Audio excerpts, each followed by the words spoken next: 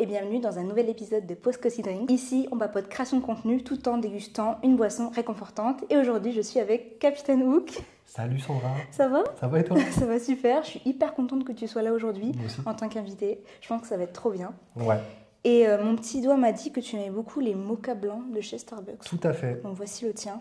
Merci à toi. Et du coup, petite question, pourquoi mocha blanc? Alors je pense que ça vient de mon enfance. Tu sais, quand on était petit, on avait les pains de mie là. Et Ouais. on les coupait en deux. Dedans, je mettais des carrés de chocolat dedans. Oui. Ça me rappelle ça. C'est vrai? Ouais. Ok. C'est tout. C'est vrai. Quand j'y ai goûté la dernière fois, parce que j'ai découvert il n'y a pas très longtemps, je me suis dit, tiens, mais c'est marrant, mais ça me rappelle cette Ouais. tu vois, truc d'enfance, tu vois. Ouais, donc ça te ramène quelques années en arrière. C'était il y a longtemps. Mais Quelques ouais, ça te fait années. un peu une boisson doudou, un peu. Exactement. Ouais. Ouais, Qui rappelle sûrement de belles choses d'enfance. exactement. Ouais. Les goûter après l'école, je sais pas. Enfin, Oui, j'imagine c'est des trucs là, exactement. mais. Devant les Razmoquettes et tout. Heureusement Ah oui, c'est vieux. Hein. Ouais, je regardais aussi, t'en fais T'es de pas. quelle année, toi? T'es né en quelle année? 97. Ah, je suis de 90, je suis un peu plus vieux, c'est pour ça. J'avais les Razmoquettes devant la télé. Ouais, mais écoute, pour ça. écoute, si ça peut te plonger en enfance, tant mieux. Trop cool. Et puis Merci écoute, à toi. on va pouvoir, avec plaisir, on va pouvoir trinquer et passer aux questions. C'est parti.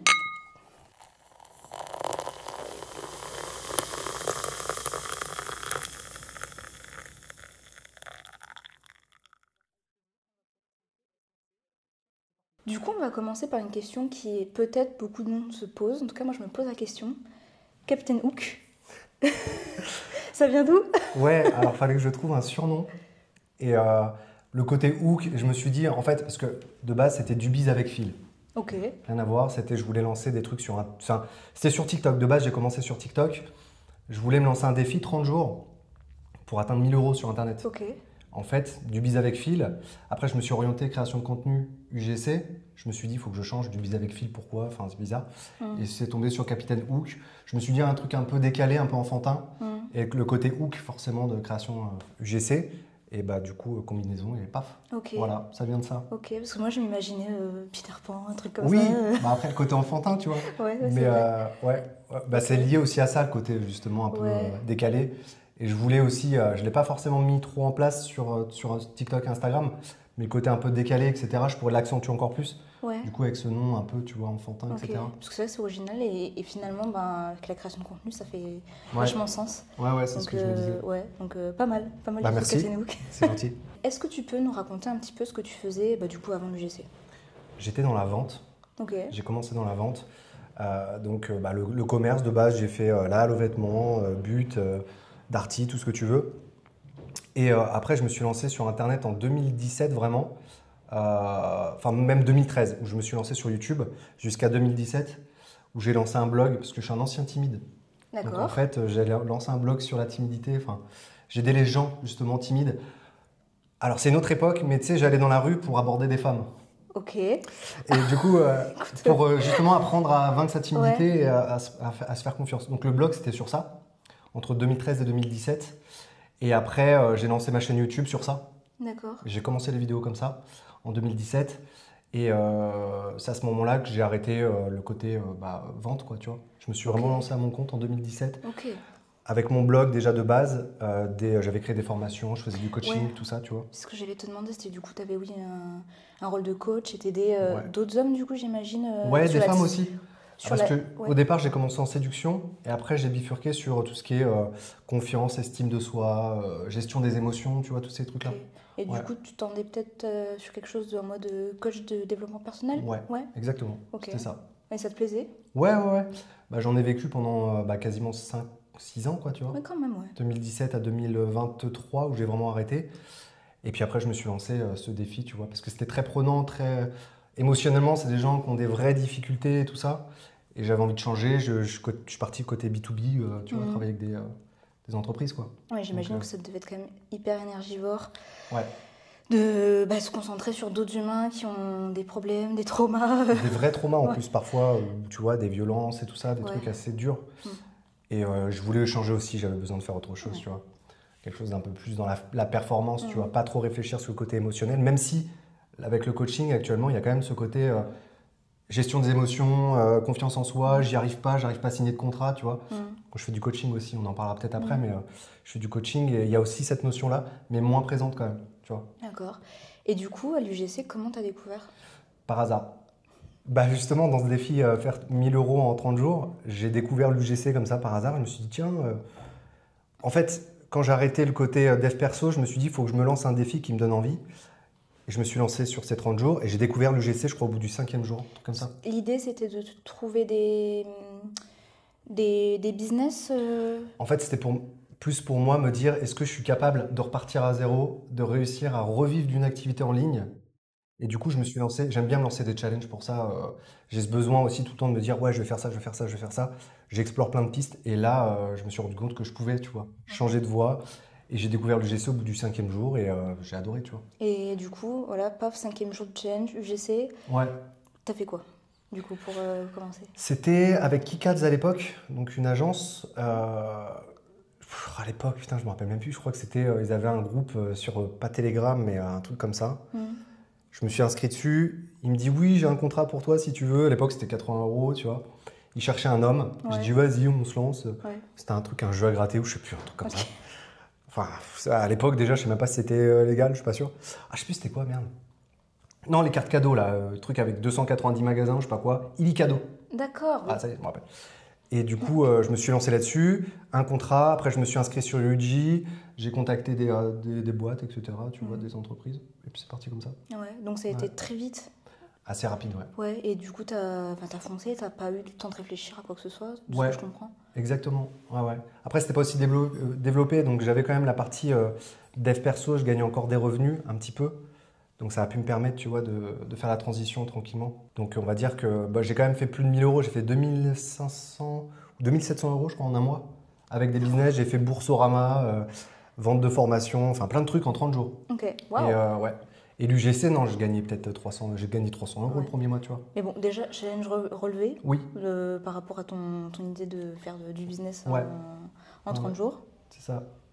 Haut la main, et, Bah ouais, et, faut puis se en lancer. plus, et puis en plus, t'as découvert Un une autre super voie, métier. quoi. Ouais. Ouais. Waouh. Merci. Incroyable.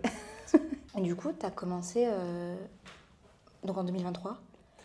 Et Ouais. j'imagine qu'à cette période-là, il y avait très, très, très, très peu, voire pas du tout, d'hommes qui faisaient de la création de contenu On UGC. devait être 3, je crois. Ouais. Ouais. Et Trois, quatre. tu t'es senti comment à ce moment-là, seul, où justement tu t'es dit waouh, il y a tout un champ d'opportunités qui m'attend. Enfin, comment tu l'as vécu? Ouais, un peu des deux, ouais. Le côté seul en tant qu'homme, ouais. T'es très seul, etc. Et rapidement, je me suis dit, il faut que je crée un groupe. Ouais. Parce que j'ai eu ce problème-là quand j'étais dans le dev perso, j'étais très très seul. Je connaissais peut-être 3 personnes, et puis des gros noms en plus du dev perso, mais c'est très éloigné, tout ça, tu vois. Et j'ai vu qu'il y avait possibilité d'avoir des communautés de créateurs. Et j'ai rencontré bah, du coup plein de gens via UG, via Instagram, tout ça. Et je me suis dit, il faut vite que je m'entoure, en fait. Parce que j'ai vu que c'était un problème pour beaucoup de créateurs et pour quand tu veux survivre, entre guillemets, être sain dans ta tête, dans la durée, il faut être entouré quand même. Et j'ai eu ce problème-là quand j'étais en dev perso. J'étais seul dans ma pièce là pendant des heures et des heures, pendant des jours, des mois, des années, tu vois. Et je me suis dit, il faut vite que je rencontre des gens et que vite créer une communauté, tu vois. Et j'ai créé une communauté, donc les Avengers de l'UGC. Donc c'était parmi les meilleurs créateurs, etc. à l'époque, qui sont toujours d'ailleurs, qui font toujours de l'UGC. J'ai une question par rapport à ça. Ah, ok. T'inquiète pas. Ça marche. Et du coup, rapidement, on s'est rencontrés en vrai, tu vois, le côté, tout de suite, on casse la barrière de l'écran et tout. Et ça m'a beaucoup aidé, ouais, à l'époque. Et du coup, à ce moment-là, donc tu te lances, donc tu me dis que tu as très vite une première collab avec Kikads, tout ça. Ouais. Est-ce que, sans comprendre un petit peu ce qui t'est arrivé, entre guillemets, on s'entend, mais est-ce que d'un coup, tu as eu un tsunami de demandes, de collab et tout, ou pas? Enfin, comment tu as vécu le truc au début? Je trouve, enfin, ça a été crescendo, en fait, ça a été une sorte Ouais. de palier, beaucoup de collabs, un plateau, tu vois, ça marchait par plateau, je D'accord. trouve à l'époque. Ouais. Et je gagnais peut-être 500 euros, c'est monté à 700, et d'un coup, tu passes la barrière des 1000, tu restes vers 1000, et puis 1500, etc., etc. Donc ça a été très progressif. Mais après, j'avais d'autres activités à côté. Je commençais déjà le coaching aussi en parallèle. Donc je commençais aussi à avoir des gens qui venaient en coaching, donc je m'y retrouvais. Mais ça a été très crescendo, et c'est en fonction, enfin, quand tu vois l'UGC, que ça a vraiment débuté fort, je pense que c'était vers un an après que je commence, où vraiment ça a explosé, on va dire. Mais ça a mis un an quand même Ouais. pour se faire. D'accord. Ouais, mais j'ai travaillé en tant que community manager aussi, ça je le dis pas, pendant D'accord. un an. Ouais. Suite à mon business, là, enfin mon truc des un mois là, Mon challenge, j'ai découvert une boîte qui vendait du thé et j'ai fait community manager aussi. Donc je gagnais 1500 euros et j'ai vu la progression de l'UGC au fur et à mesure de l'année où j'étais community manager. Je voyais que ça commençait à exploser. Et quand j'ai arrêté mon contrat, bah, c'est là où ça a vraiment pété, quoi. Donc ouais, donc quand même, à ce moment-là, au début, tu avais plein de casquettes. Oui. Et tu avais quand même, j'imagine, beaucoup de choses à gérer. Ouais. Et à ce moment-là, tu te disais, enfin, est-ce que c'était l'UGC qui te donnait le plus envie à ce moment-là ou comment tu voyais les choses? Ouais, franchement, il y avait le côté justement créatif, le côté performance que j'aime bien aussi, d'être bon, etc. D'essayer de vendre quelque chose, je trouve ça super cool, stimulant et tout. Et c'est le truc qui m'a donné le plus envie sur les 30 jours là, c'était le truc que je me disais, ouais, putain, il y a un vrai truc à faire avec ça, tu vois. Du coup, bah, on en a un petit peu parlé, mais peut-être que, je sais pas, tu as peut-être plus de choses que tu veux parler par rapport à ça, mais est-ce qu'il y a vraiment un moment où tu as senti que l'UGC, c'était plus qu'un petit truc à côté, que vraiment il y avait beaucoup de choses à faire sur ce terrain-là? Ouais, enfin surtout en tant que créateur, je me suis senti légitime au moment où on m'a dit, tu vas gérer toute la campagne. On te fait confiance, on a vu ce que tu faisais, ce que tu fais, etc. C'est super cool. Et là, le budget était plus important. Je pense que c'est surtout quand il y a eu Mythique, parce que j'ai fait pour Mythique. Je suis parti à Barcelone. Je me suis dit, putain, quand même, on peut partir, être payé, et on te fait confiance, tu vois, par rapport. Enfin, je trouvais ça ouf. Donc déjà à l'époque, je me disais, là, il y a un vrai coup à jouer, tu vois. Ah oui. À ce moment-là. Ouais. Donc une campagne sur un an, où je me suis dit, les marques. Oui, en plus sur une longue durée. Ouais. En une journée, on a bouclé un an de contenu. Je me suis dit, Ah putain, oui. c'était une vraie machine de guerre. Ah ouais. Ça commence à 8h du matin jusqu'à 20h le soir. D'accord. T'es éclaté à la fin. Mais, et là, je me suis dit, putain, il y a un vrai truc à faire, tu vois. Ok. Et après, quand on m'a dit, bah, tu gères tout, toute la campagne, c'était pour... D'ailleurs, je bosse toujours avec eux, une application bancaire. Et ils m'ont dit de tout gérer, même de trouver des gens, etc. Je me suis dit, putain, ouais, il y a un vrai truc, quoi. Ouais, parce qu'il me semble que aussi tu es un peu... Enfin, un peu... Tu fais aussi de la creative stratégie. Ouais.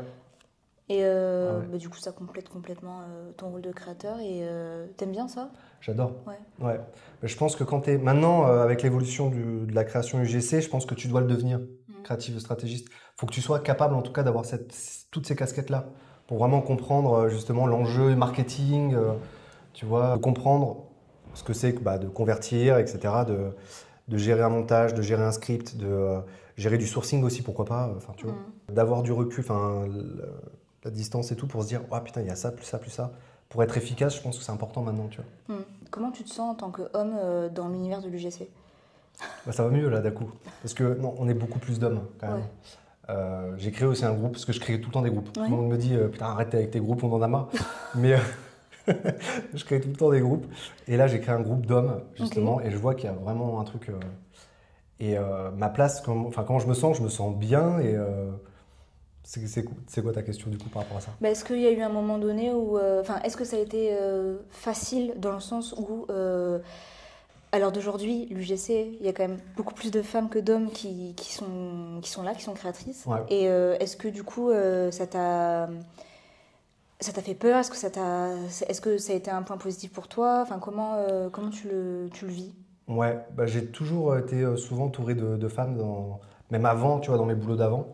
Donc en fait, j'étais en mode, ouais, bah ok, pas de souci, ma place, c'est celle du mec.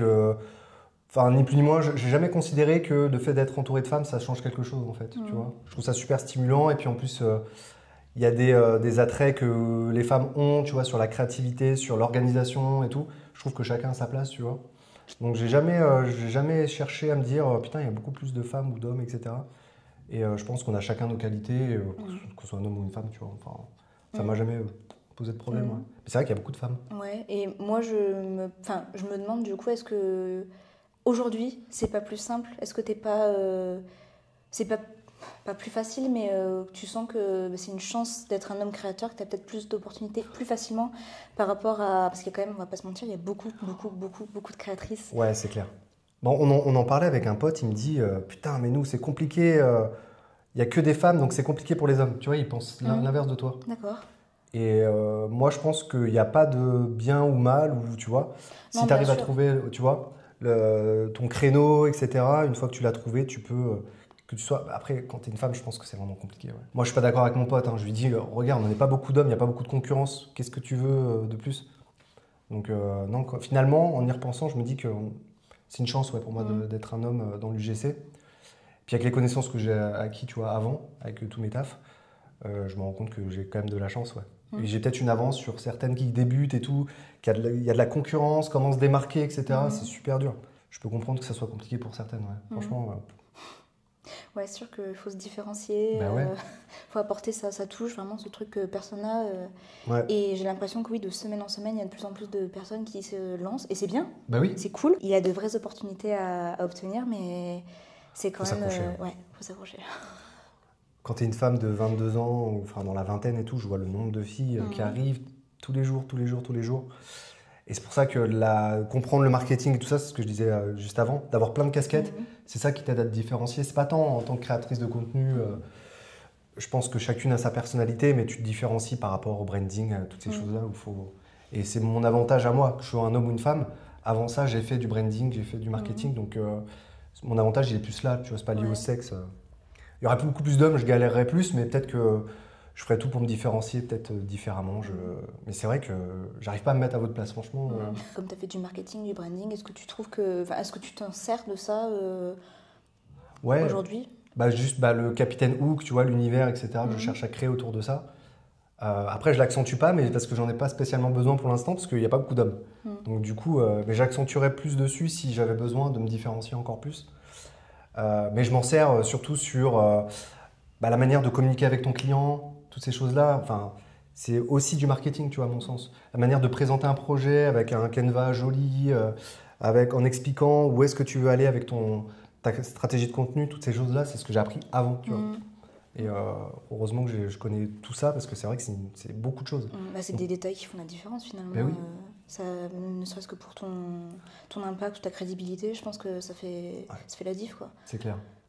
C'est quoi pour toi les qualités qu'un créateur, créatrice UGC doit avoir pour que ça fonctionne bien, au-delà de savoir bien monter une vidéo Ouais, créatif, créatif ou stratégiste. En fait, non, c'est les deux qualités. Il y a le côté justement plus émotionnel, d'être capable de transmettre des émotions.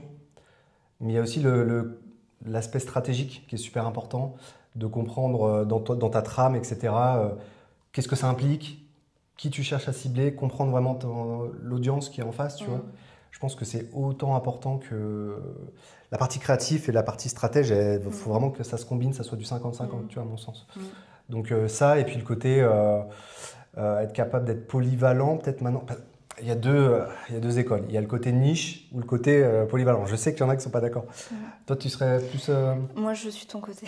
Je suis de ton côté, Philippe. Non, moi, je pense qu'effectivement, il faut savoir faire plein de trucs. Merci. Vraiment, je suis d'accord avec toi. Et cool. Moi, c'est ce que j'aimerais faire, dans le sens où même en termes de qualité vidéo, j'aimerais bien être capable de savoir tout faire, savoir être en capacité d'être performante sur tous les terrains. Peut-être qu'effectivement, d'autres personnes ne seront pas d'accord avec moi et vont me dire ah, non, si tu te niches pas, c'est mort. Moi, je pense qu'il faut savoir être un caméléon. Ouais, exactement. Parce que tu as ton âge, en fait, tu as un panel de produits que tu peux vendre à ton âge. Pourquoi tu vas te cantonner à faire juste ça Et puis, moi, je fais des vidéos à la fois humoristiques parfois ou des vidéos un peu plus sérieuses, tu vois. J'ai les deux palettes, ça pose pas de problème. C'est bien d'avoir les deux, moi, je trouve ça cool. Et puis, ça te permet de faire plein de choses différentes. Il faut se nicher quand tu as beaucoup de concurrence. Et là, je comprends aussi, peut-être parce que je suis un homme et que j'ai pas cette problématique, je suis pas obligé de me nicher en fait. Actuellement, comme il n'y a pas beaucoup de concurrence, je peux faire plein de choses et c'est cool, tu vois. Ouais. Puis en plus, je pense que ça apporte d'autant plus d'opportunités d'être capable de faire plein de choses. On se ferme trop après. Je pense ça, peut-être que j'ai pas la réponse absolue, mais je trouve que c'est dommage aussi de faire toujours la même chose et on peut peut-être passer à côté de trucs de fou, quoi. Ouais, ça me fait rire parce que j'essaye d'apprendre par exemple tout ce qui est food. On se fout de ma gueule par rapport à la food parce que j'arrive pas à filmer, je suis pas très bon. Mais je vais continuer, tu vois, dans ce truc-là et puis tester des trucs. Et peut-être que j'aurai une approche un peu différente, mais pour l'instant, c'est une catastrophe. Mais je me dis pourquoi me fermer. Ouais, je trouve que je sais pas filmer, j'arrive pas. Je suis pas doué pour ça pour l'instant. Le côté plus me filmer moi, ça va, mais filmer de la bouffe et tout, je fais des espèces de zoom comme ça, tout le monde me dit mais qu'est-ce que tu fais là? T'inquiète, j'ai vu ça chez les Américains.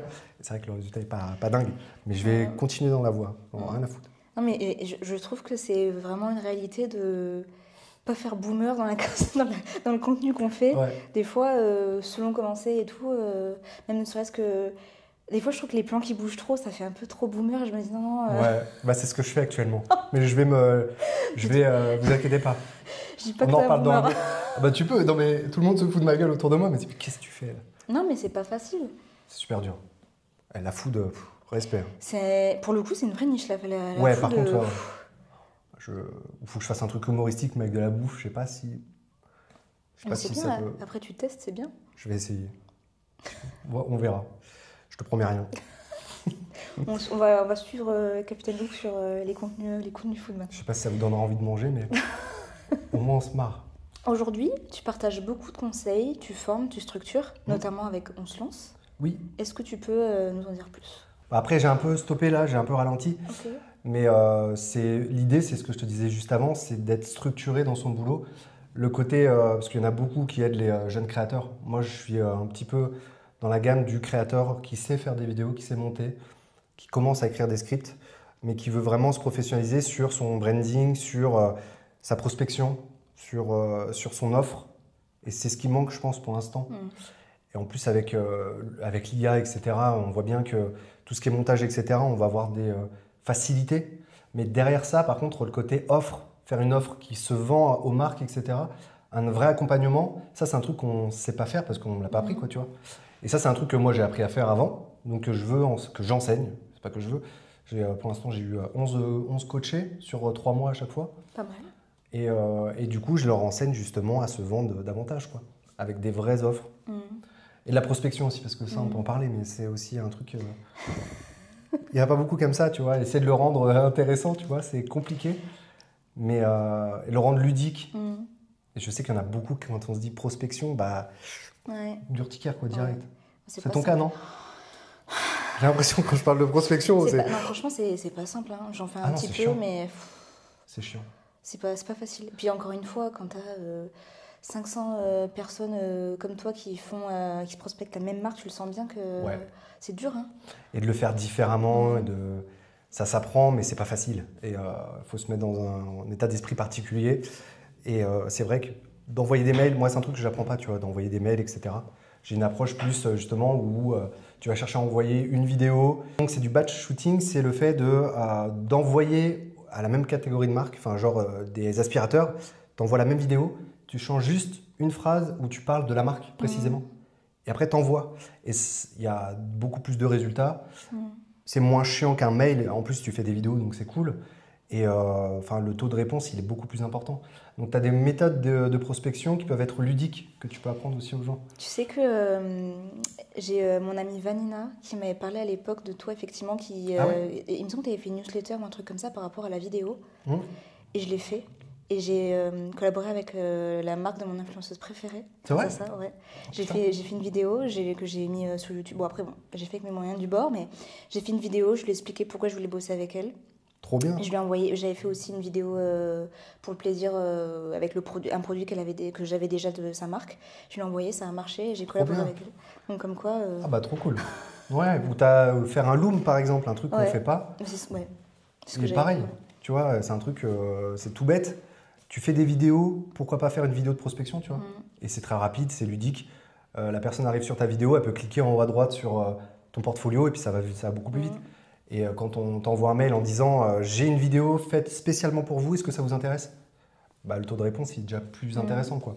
Donc plutôt que de recevoir le même mail, le même pavé, je vais faire briller votre marque sur les réseaux sociaux et trucs comme ça fonctionne moins bien, tu vois. Donc qu'à l'époque. Ça marchait, il fut un temps. Maintenant, je suis pas sûr. Je sais pas. C'est compliqué. C'est plus compliqué.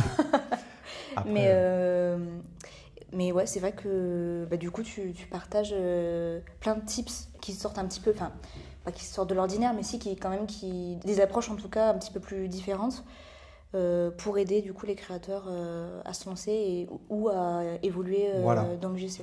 C'est ça, à se professionnaliser, à avoir une structure plus différenciante, avec une vraie approche d'expert. Tu vois, quand tu arrives face à une marque, tu as déjà en fait une solution à lui proposer. C'est pas genre je peux faire briller votre marque si ça vous intéresse. C'est plus j'ai une solution à vous apporter. On va faire ça, plus ça, plus ça, plus ça. Et je donne même des templates avec tout je sais pas, il doit y avoir 6 ou 7 pages avec une structure marketing, tu vois, en expliquant les faiblesses, les forces de la marque, ce qu'on va mettre en place, tout ça, tu vois. Donc avoir une structure pour te différencier en fait. C'est hyper intéressant. Et pourquoi tu dis j'ai un peu laissé de côté cette partie-là? Parce qu'avec le boulot, avec les marques, Ouais. en fait, j'aime bien avoir 2 ou 3 personnes coachées par mois, même sur les 3 mois, pour que ça soit de la qualité. Que je suis vraiment là, hein. On travaille sur le site internet de chaque créateur, sur son offre, sur sa prospection. Je suis toujours là en fait pour s'il y a besoin ou quoi que ce soit. Je prospecte aussi avec le créateur. Donc en fait, ça demande beaucoup de temps. Ah Ouais. ouais. Donc ça demande beaucoup de temps, beaucoup d'énergie. Et là, ces derniers temps, j'ai eu tellement de boulot, je me suis dit, bah ralentis par rapport à ça. Et tu reviendras quand tu auras fait tes gros projets là, qui arrivent et tout, pour être vraiment à 100%, tu vois, avec le créateur. Et j'en prends 2 ou 3 par mois, max. 3, c'est peut-être arrivé une fois, pas plus. Et c'est quelque chose qui te tient à cœur ou pas? Enfin, dans le sens, ma question c'est est-ce que c'est quelque chose que tu aimerais développer un peu plus, peut-être avoir une équipe qui pourrait développer cette partie-là Ouais, c'est le truc le plus compliqué pour moi, c'est de déléguer, tu vois. J'ai vraiment du mal. Parce que c'est vrai qu'aujourd'hui, il y a des formations UGC, il y a de toutes sortes avec... comment dire? Il y a plein de choses qui existent, c'est ça que je veux dire. Là, de ce que je comprends, tu fais les choses un peu tout seul, mais c'est vrai que tu abordes une partie différente et vraiment avec avec du coaching et avec quelque chose de vraiment dans le développement perso aussi qui est vraiment bien. Et c'est vrai que ça pourrait apporter quelque chose de plus aussi. Ouais, c'est ça. J'ai la partie formation, mais elle est vraiment intégrée dedans. Ouais. Mais la partie coaching, ouais, c'est un truc qui me tient vraiment à cœur. Mais comme tu dis, après, au bout d'un moment, de toute façon, il faut réussir à déléguer. J'ai du mal avec ça, mais c'est tellement important. Même sur la partie montage, c'est compliqué, mais je commence aussi à laisser... Ça, tu délègues les montages? Ça y est, je commence. Enfin, au bout de 2 ans, 3 ans. Et t'es content ou ça sent triste? Non, je suis content. Non. Bah, quand tu vois le résultat, tu te dis, j'ai rien fait là. C'est bon, c'est fait. C'est bon, tu peux donner à ton client. Ça, c'est vraiment un gain de temps et tout. Et puis après, c'est aussi, à l'époque, je pouvais peut-être pas me le permettre, mais là, c'est encore avec l'offre, tu vois, le fait de proposer plus cher, du coup, tu peux te permettre d'avoir des gens qui bossent pour toi pour la partie montage, par exemple. Ce qui n'est pas le plus cher, donc c'est cool.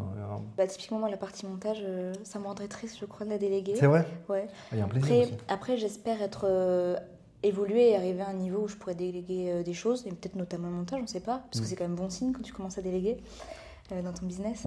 Mais là, tout de suite, ça me rendrait triste, je pense. Bah ouais, je comprends. Il y a le côté aussi où c'est ton petit bébé, quoi, tu vois. Tu as fait le script, t'as tout fait. Et de finir avec le montage, c'est cool aussi. Tu vois le résultat de ce que tu avais imaginé. Ouais. Après, quand tu trouves un bon monteur, tu te dis putain, ouais, c'est pas mal ça, cet angle-là. Puis il est meilleur, hein. Franchement, il est meilleur que moi en montage, ça c'est clair.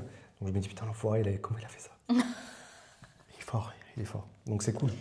Il y a aussi cette partie-là. Mais je comprends ce que tu veux dire.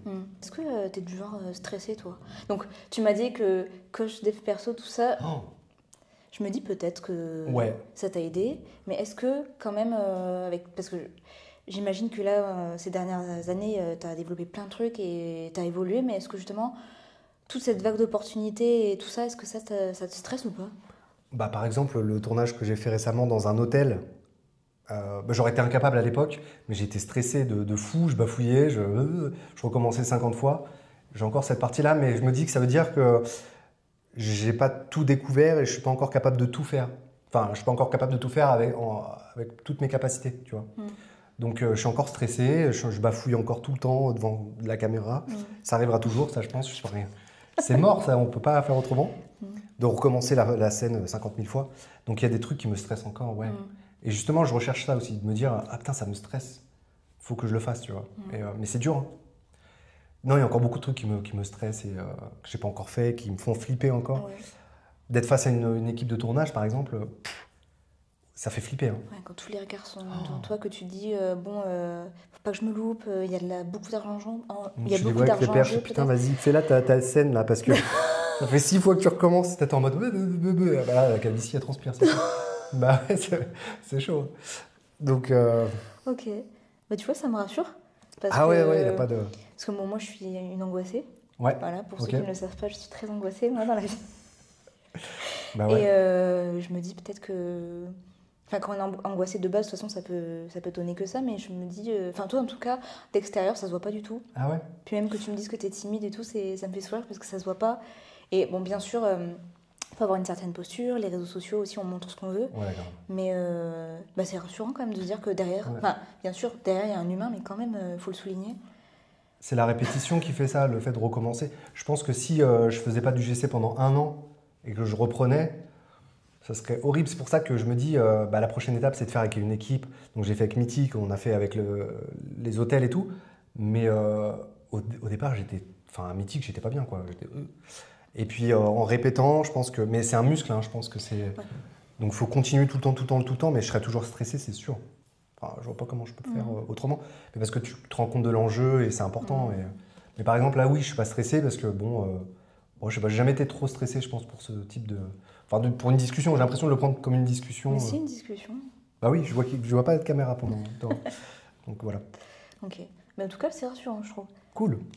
Parce que bon, je vais dire c'est un petit peu cliché, mais t'es un grand gaillard, je me dis peut-être que voilà, non mais que tu vois, t'as pas peur, t'y vas, tu fonces et tu te poses pas de questions parce que t'es confiant dans ce que tu fais et tu sais qui tu es. Mais si même parce que et c'est ce que tu es, bien sûr. Mais derrière ça, il y a quand même une petite dose de stress et Ouais. après ça aide aussi enfin, le stress pousse aussi à faire des choses, Ouais. mine de rien. Ouais, et puis je pense qu'il y a une part de l'ancienne timidité, etc. Tu sais, toutes les opportunités que tu perds et tout. Moi, je le vois comme une frustration, tu vois, vachement profonde et tout. Et je me dis, si j'ai perdu toutes ces opportunités-là, c'est pas un point de stress qui doit m'empêcher d'arriver à la prochaine étape et tout. Je le vois. J'ai été très frustré d'être timide aussi, tu vois. Donc, c'est une sorte de revanche. Un peu cliché, Carrément, mais tu vois. carrément. Voilà. Moi, je pense que ne serait-ce que le fait qu'on soit là, sur les réseaux, qu'on produise du contenu, c'est forcément une revanche sur quelque chose dans notre Ouais. vie. C'est pas rien, s'exposer, Ah, c'est clair. de se montrer, de vendre son image. Faut pas regarder les commentaires, quoi. Moi, je regarde jamais, par exemple, les commentaires, tu vois. Ah bah oui, tiens, Parce que c'est un truc qui me stresserait trop. Je me dirais, putain, lui. sur tes propres commentaires sur tes réseaux, sur les Sur les contenus, marques, sur les contenus des marques. qui sponsorisent tes vidéos. Ouais, Ouais, je regarde jamais. Ouais. Moi, je me tape des barres. Ah oui. Après, si, ça peut Genre, me faire marrer, ouais, mais. Genre, je me souviens, j'ai fait une vidéo qui a bien marché et tout, et je voyais les commentaires, j'étais morte de... C'était pas sympa, hein. Ah oui. Mais je sais pas, ça m'a fait rire. Je me suis dit, Ah, vraiment, putain. les gens, ils sont créatifs. C'est fou. Hein. Le mec s'est dit, tiens, je vais écrire ce commentaire et tout. Il Ouais. prend 5 minutes. Ah, putain, allez, envoie. Puis voilà. Ouais, genre, je me dis, donc ça va faire quoi. Ben oui. Mais en tout cas, pour l'instant, j'ai pas eu des trucs non plus, peut-être trop méchants non plus. Oui. Mais, mais c'était quand même pas sympa. Mais Mais par contre, non, quand je les vois, je suis pas du tout. Je suis tout le temps en mode second degré, ça c'est clair. Ouais. Ça, c'est un truc, limite, je prends jamais les choses au sérieux. C'est un peu ça le problème parfois. Mais je le dis pas, c'est juste justement par santé mentale. Je me dis, ouais, non, ça sert à rien de regarder. Et quand je tombe dessus, par contre, je suis pas vexé ou quoi que ce soit. Ouais. Parce que je me moque tout le temps de ma propre tronche, tu vois. Mais ça a quand même un petit effet où tu veux te préserver quand même. Ouais, parce que je me dis que c'est. Je sais pas, peut-être qu'à un moment donné, t'es moins bien dans ta journée, tu vas repenser à ce truc-là. Et tu vas te rajouter cette merde, tu vois, dans ta tête. Ouais. Et si tu repenses aux commentaires d'avant et tout ça, ouais, peut-être qu'en fait, je suis nul, peut-être que ce que je fais, ça sert à rien, tu vois. Parce qu'il y a des commentaires comme ça, lui. Il vendrait, il y en a un qui a marqué. Il vend je sais plus quoi, il va vendre sa mère, il va vendre sa tante, il va vendre. Tu vois, des trucs comme ça. Là, ça m'a fait rire. Et tu vois, mais enfin, voilà quoi. Tu peux te dire même, est-ce que mon métier a du sens, tu vois. Parfois. Parce que tu te dis, tu vends des produits, bah ouais, on est des consommateurs et ouais, qu'est-ce que tu veux. C'est comme ça. Mais bon, faut se préserver. Je me préserve indirectement, inconsciemment. Après, t'as raison. Vaut mieux ça que, Bon, ouais. que se faire du stress, Ouais. se dévaloriser parce que machin 03, 08, il a dit que. Ouais, grave. Putain. T'en reçois des commentaires souvent négatifs sur tes vidéos Alors, sur mes propres réseaux, non. J'ai beaucoup de soutien, j'imagine que toi aussi. Ouais. Après, oui, je te dis, sur certaines pubs, enfin, sur certains contenus sponsorisés, il y a eu 2-3 trucs où je me suis dit. Il y en a qui abusent. Hein. C'est pas très sympa, mais Ouais. franchement, ça va. Pour le coup, je le prends en rigolant. Je me dis vraiment, donc ça va faire quoi. Putain, c'est fou hein, de mettre du temps pour se dire, ouais, tiens, je vais lui balancer ce truc. Bah, fais, c'est pas grave. Puis moi, en fait, je me dis, peut-être parce que moi avant les réseaux sociaux, j'étais un peu l'utilisatrice fantôme. Je consommais énormément de contenu, mais je répondais pas, je likais pas. Enfin, je commentais pas, je likais pas. Donc, je n'irais pas faire ça, moi. Même si, par exemple, je vois une vidéo, je suis pas d'accord, je swipe et je m'en fous. Bah oui. J'irais pas embêter la personne, donc peut-être que c'est juste parce que moi je suis pas comme ça et que je me Ouais. dis vraiment tu perds ton temps là, t'as perdu 3 minutes de ta vie à écrire un commentaire bête comme ça. Mais bon, s'il y en a qui en ont besoin. Je pense que c'est un besoin justement de reconnaissance que toi tu as parce que tu es face cam. Et moi je pense qu'il y a une pointe de, tu vois, de jalousie. Puis une pointe de putain, ouais, elle est capable quand même de faire des vidéos pour ça. Et ben moi je vais mettre un commentaire pour qu'on me voit un petit peu, quoi, que j'ai un petit peu de lumière, tu vois, avec ma petite punchline et tout. Il n'y a rien de méchant en vrai. Bon, ou alors vraiment je me dis... Et je suis vraiment contente d'avoir tout de suite eu ce truc de... Je m'en fiche. Ouais, bah ouais, c'est clair. Et je pense qu'il vaut mieux ça que l'inverse. Ah ouais, grave. Je me fais assez de stress comme ça pour d'autres trucs. Tu fais partie des Avengers de l'UGC. Ouais. Est-ce que tu peux nous expliquer un petit peu ce que c'est pour ceux peut-être qui ne connaissent pas? Ouais, bah, c'est juste un groupe sur WhatsApp Que de t'as créateurs créé, que j'ai créé il y a 2 ans, à peu près. Et avec que des créateurs de contenu qui vivent de leur création, qui ont un bon pied dedans. Et du coup, ça a créé une team, je crois qu'on était 12 ou 13 à l'époque. Ouais.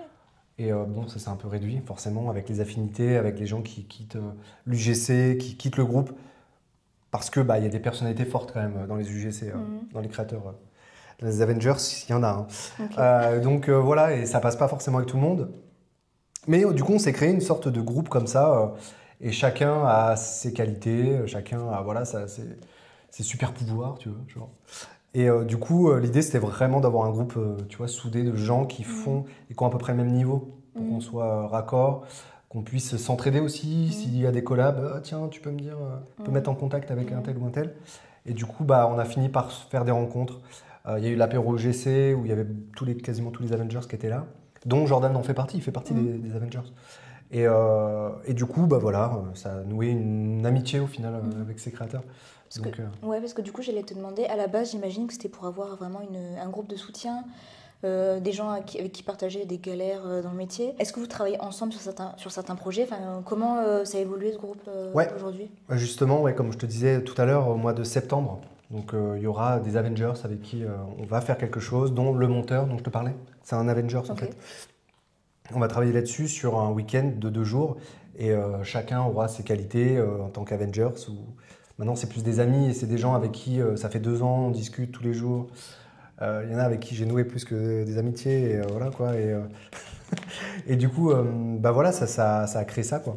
Mais de base, je crois que c'était pour une collab. Je cherchais pour une marque des créateurs et j'ai appelé ça les Avengers. Ouais, putain, de base, c'était ça.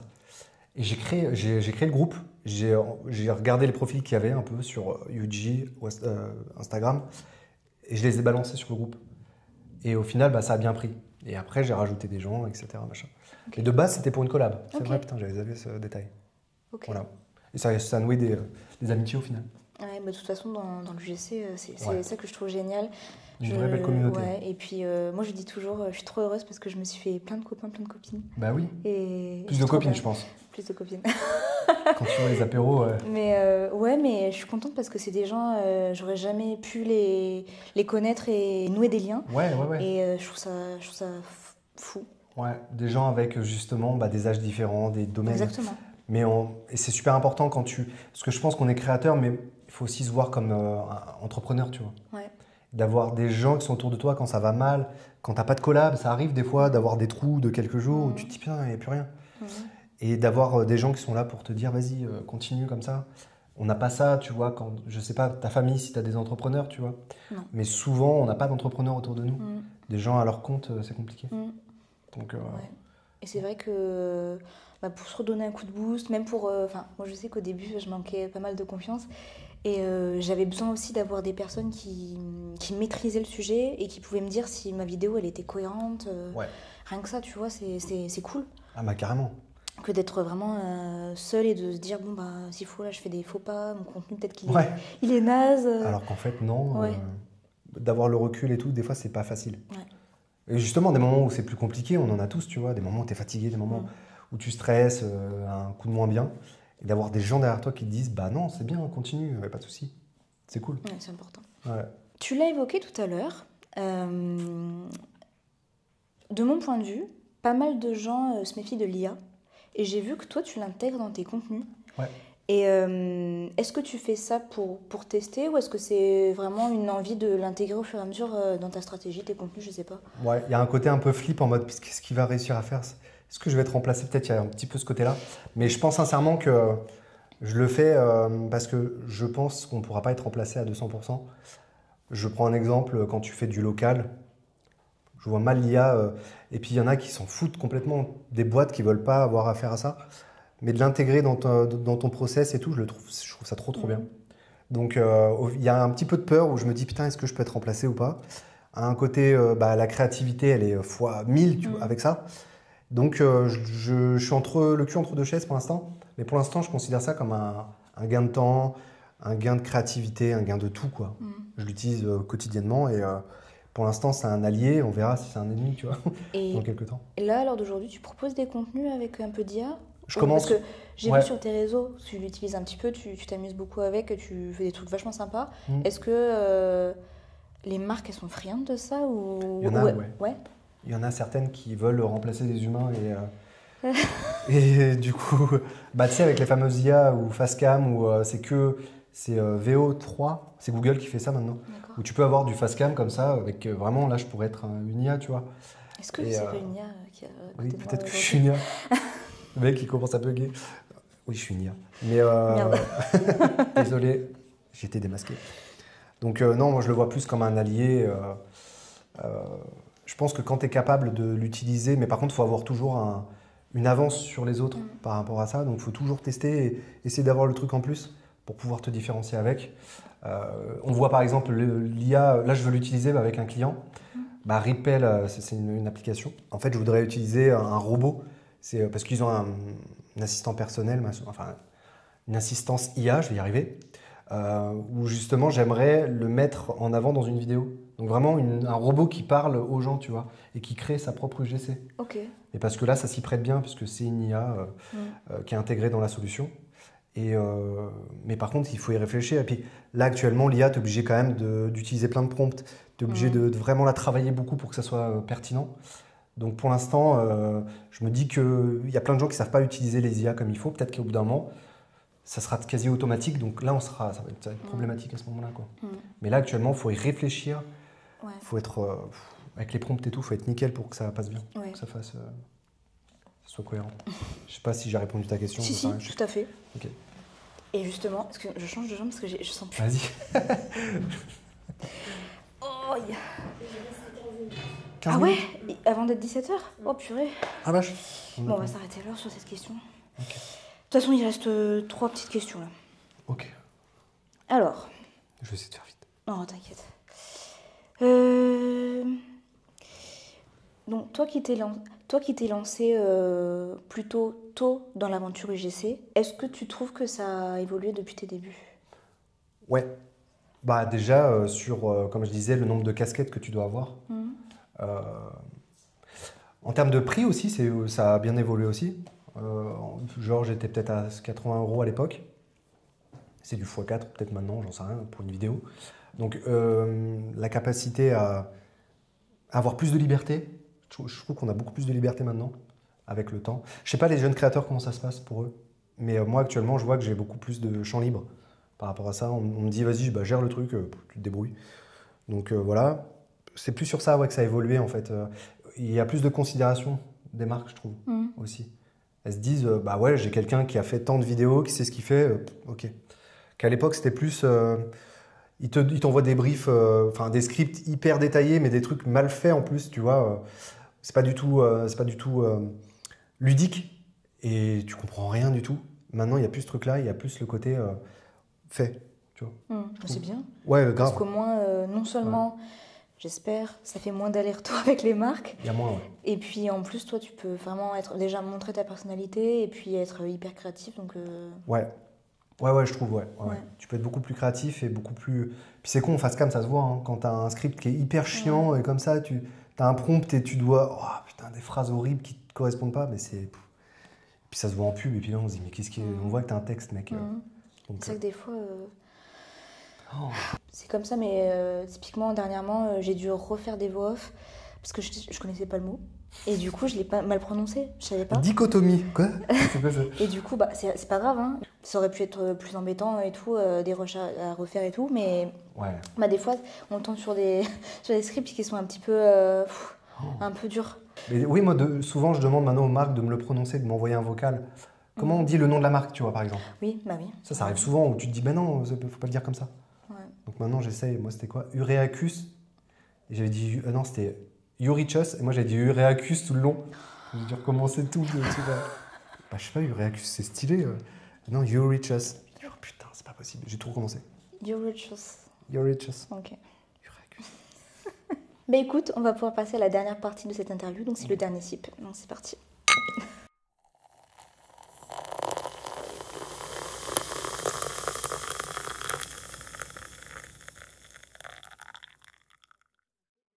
Qu'est-ce que t'a apporté cette aventure dans l'UGC que t'attendais pas du tout? La thune? Non, j'ai... Du coup, Oui, bah en vrai, non, j'ai envie, c'est cool. Ouais. Non, en vrai, Bravo. c'est le côté humain. Les voyages, entre guillemets, ouais, dans le sens où la liberté plus importante que ce que j'avais avant. Et en fait, c'est ça, en fait, d'être créatif et de pouvoir voyager en même temps, je trouve ça ouf, en fait. Il y a ce côté-là, et puis côté... je connaissais ça d'avant, mais je trouve ça quand même fou de pouvoir bosser de chez soi, d'être libre, d'avoir un emploi du temps complètement comme tu veux, en fait. What the fuck, si tu veux, si t'es bon là-dedans. C'est plus ça, l'aspect liberté vraiment pur, quoi. Et d'obtenir en plus des produits enfin, cool, quoi. Enfin, il y a vraiment trop d'avantages. Ouais. C'est... Mais plutôt, même, je dirais plus, ouais, la rencontre avec des créateurs, etc. Des gens hyper intéressants. Ça, je trouve ça vraiment ouf. Des gens vraiment cool. Peut-être même plus que tout. Ouais. Et du coup, tu te vois continuer longtemps dans Ouais. l'UGC? Ouais, mais la partie formation, coaching, je pense que je vais revenir dessus parce que ça me manque. Ouais. Vraiment. Et bah, tout le temps, le côté contact, en fait, même avec les marques, il y a le côté performance, mais il y a le contact aussi avec les marques qui est super intéressant. Pas tout le temps, pas toujours. Pas toujours. Mais souvent, tu vois. Et ça aussi, c'est cool.